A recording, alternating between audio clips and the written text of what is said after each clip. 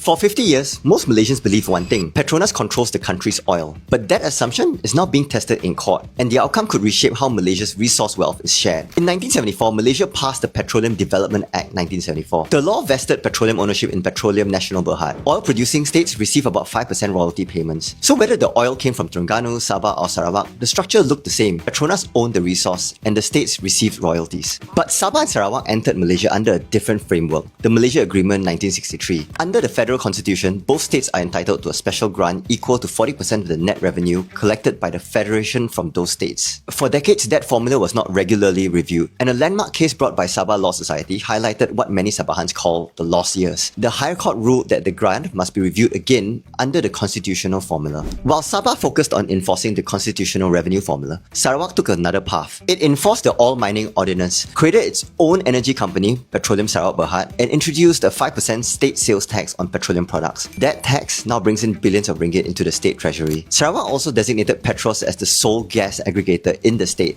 That move triggered a legal dispute with Petroleum Nasional Berhad, which has now escalated to the federal court. Sabah actually has the same constitutional entitlement as Sarawak. Both states are supposed to receive the 40% special grant, but Sabah's fight is focused mainly on revenue sharing under the constitution, and Sarawak's strategy focuses on controlling the energy system itself. Two different approaches to the same problem. So while Sarawak is building leverage through institutions and regulation, Sabah is still waiting for the constitutional formula to be fully implemented. Now, on the other side of the sea, Peninsular oil states like Terengganu operate under a very different structure. They don't have the same constitutional autonomy under MA 63. So even though Terengganu produces major offshore oil and gas, payments to the state have historically depended on federal arrangements such as royalty transfers. That's the real story behind Malaysia's oil. The resource hasn't changed, but the rules around it are now being tested. Because in resource economies, the real power isn't just in the oil, it's in who controls the system around it.